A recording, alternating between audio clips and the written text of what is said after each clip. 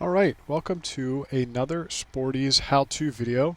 Today we're going to cover how to configure the Sierra TPM in Microsoft Flight Sim 2024.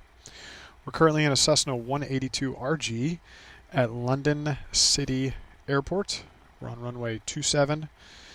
And let's go ahead and jump in the aircraft to go ahead and start this configuration. Alright, so we're in the airplane. I'm going to pan down just a little bit so we can see the controls we're trying to affect. And also go ahead and hide our yoke.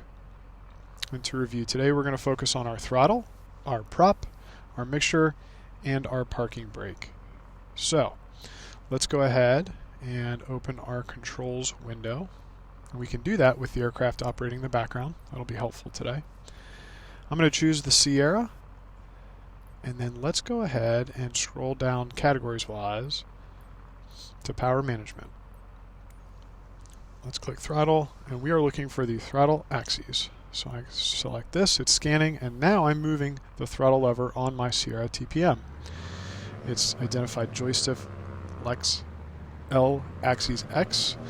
The problem is when I push forward, the throttle comes out. So we're going to go ahead and invert the axes. You'll find that right here. You click it, and then as I'm pulling the throttle back out on my hardware device, it does the right thing in the aircraft. So, throttle's all set. Let's go do the same thing to propeller control.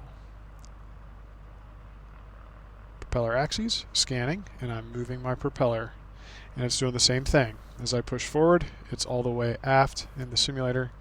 Let's invert the axes, and now the prop control in the digital aircraft is doing what I'm doing in the physical hardware piece. Mixture. Now you'll see there's a couple different mixture axes. There's -100 to 100 and 0 to 100. I've tested both of them, and when you do 0 to 100, the mixture lever does not move as much as what moves on our device from full forward to full aft. So I found the -100 to 100% is perfect.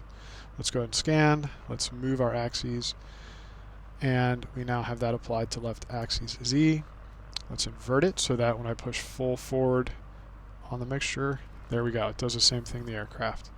Okay, so we had to invert all those axes, but now they are synced up to operate the way I'd like.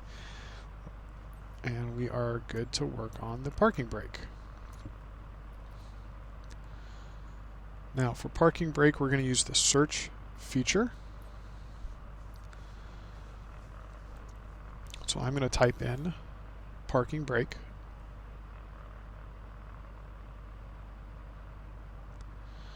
Alright, you'll see there's a parking brake on and off. Those weren't operating the way I'd like. So what I like to do is set parking brake. So with the parking brake forward in, I'll hit click, it's scanning, I'll pull the parking brake out, and then push it back forward, and it's identified button 5 is when it's pulled out. So now I'm going to test it, pushing parking brake in, and as you'll see on the bottom of the screen, our parking brake is going in as I would prefer, and coming back out when I pull it out.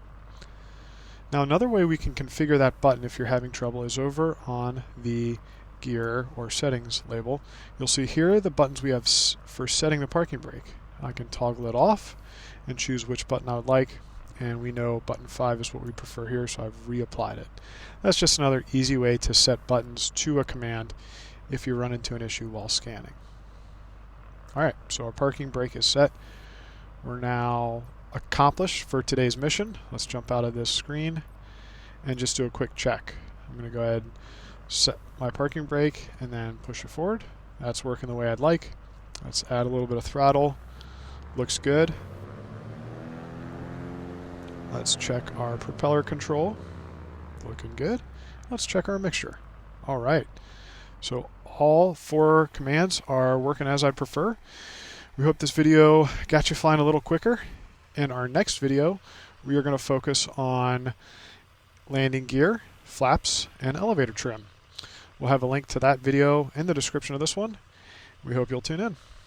Thanks everyone. We'll see you next time.